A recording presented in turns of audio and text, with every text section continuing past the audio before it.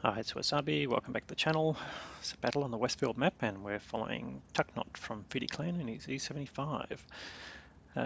Tucky's in a Tier 9, Tier 8 match, so he's top tier. And the E75, as you're probably aware, got recently buffed, and in fact the whole line in terms of getting new gun characteristics and enhancements to frontal armor. So well, let's see how that plays out, particularly on ridgelines. He has got one mark of excellence on this tank, so we know that he's got good capabilities. He's platooned up with John Winger, hey John, who's in another Tier 9, the 50 TP. Now you're coming to the central area where the heavies tend to play, and backed up by tank destroyers, and the risk for the tank destroyers is they're pretty close to the action, so keeping camoed up is not that easy when you're firing. And in fact, there he goes. The Scorpion G's been spotted. He puts a good hit into there.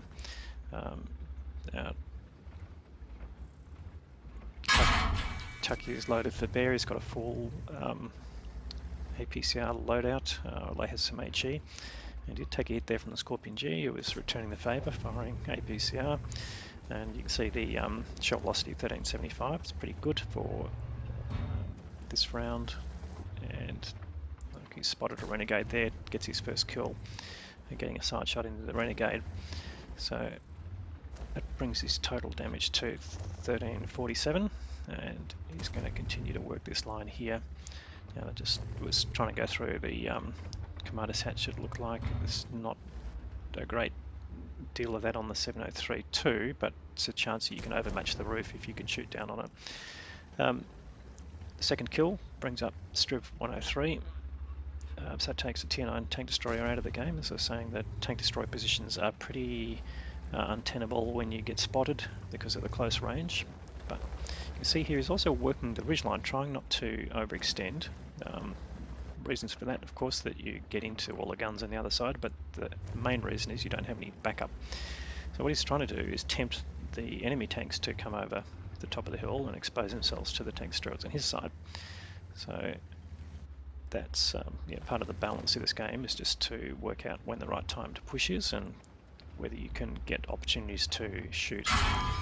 It does get a side shot there from the Carnarvon, so that reminds him that situational awareness is important, and you can see he's straight away zoomed out to make sure that he covers all the sectors.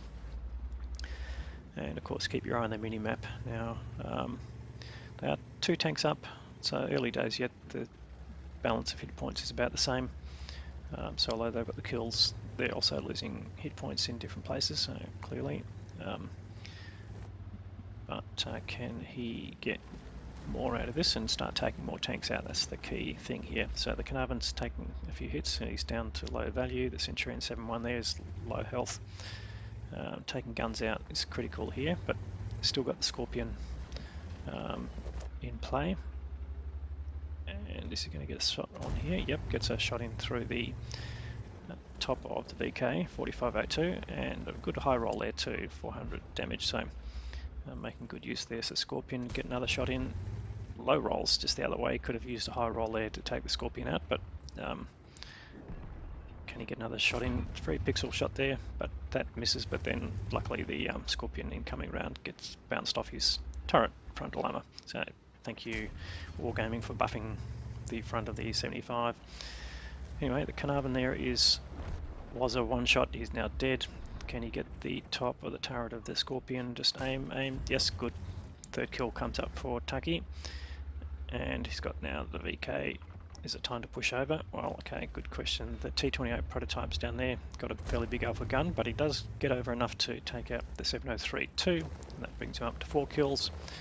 And he can see the T28 prototype is looking at him, or pretty, generally his direction. Is he going to come over and try and tempt fate? Well, T28 has taken some hits, so might be distracted, and he's looking around. Bounces the Martian, but takes a hit from the T28, but puts one in return. And is he going to reload before the T28? I think no, he's not going to risk it. It's pulling back. In fact, the T28 then dusts his shot into the ground, gets the return into the T28, and then takes a hit from the Martian. and then another one from the G-Saw who hasn't been seen for a little while. So that both ammo racked him and brought him down to a one shot. So just pulled back there to take stock, and we can see that the Martian now is pretty isolated on this side. So you're going to come in and help deal with that. Tries to go for the commander's hatch there. You just see it goes green on the commander's hatch, but that's a pretty low probability. Nonetheless, the Martian goes down. So that gets rid of all the tanks in this vicinity. There's the G-Saw last spotted on the edge where the Wheezy 111 is, so clearly he's moved, but I think Tucky doesn't want to risk getting killed straight away. There's still hit points in the game to try and capture. He's up to nearly 3,500. And looking to get more out of this game, I'm pretty sure.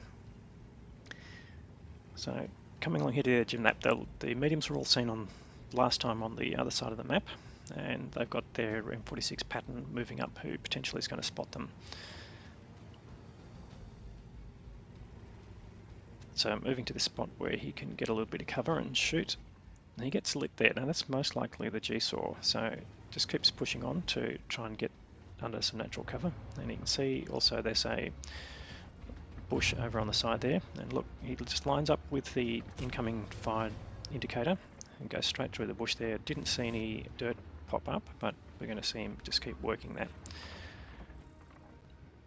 Goes to the bush and you can see the dirt come up there, so that clearly that second shot was a miss, but nonetheless that is most likely where they are. Takes another round in, and you can just see he lines up his indicator, the top of his gun circle there with the incoming round to give it his best chance of firing back. Gets a good shot into the G-Saw, leaves him on 18 hit points. Another low hero. Is he going to get the kill? Look, the bouncing shots off him, but Tucky gets the kill. So that brings him up to 5 kills, nearly on his top gun. Gets another bounce in from the standard B, fires back. Could be well whittling them down. Can't see the results yet, and we couldn't see enough to say whether that was a miss, but he's just keeping that bush lined up and only showing the top of his turret. Now he's got a solid target. There's the Lance and C and the BADATTANKING 25 TAP. So that's bringing him up to over 4,000 damage. Can he get his top gun here? Oh, that lands in now. Yes. Okay, top gun confirmed. That's his 6th kill. There's more hit points out there. What can he see? Now they're basically working behind that line there. The standard B's there. Kill confirmed. That's 7 kills. He's on his way to a Radley Walters. So 1 tank left. That's the Bat-Chat. Can he get the kill? In fact, he does. Pixel shot. Radley Walters. Well done, Tucky. Very happy man.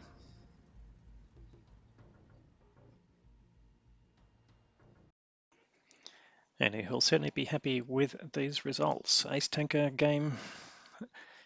Top Gun for getting at least 6 kills, of course. The high caliber award for the most damage. Steel Wall for blocking at least 1,000 hit points. But the Radley Walters medal, yeah, baby. All the bling. So it's 4,708 direct damage, a little bit of assistance, and he blocked over 3,000 hit points. So ended up with 1,326 base experience out of that. John Winger came in next with 1,000, so good on you, John.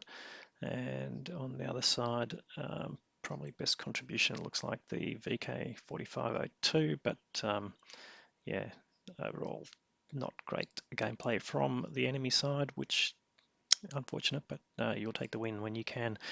He earned a reasonable amount of credits, but with the amount of premium ammunition being flung around, ended up with a small loss of 38k. I don't think he'll worry too much about that. 27 shots fired, 20 hit, so that gives you an idea of some of the blind shots. And didn't go in, but nonetheless, you got the result you needed. So great game, Tucky.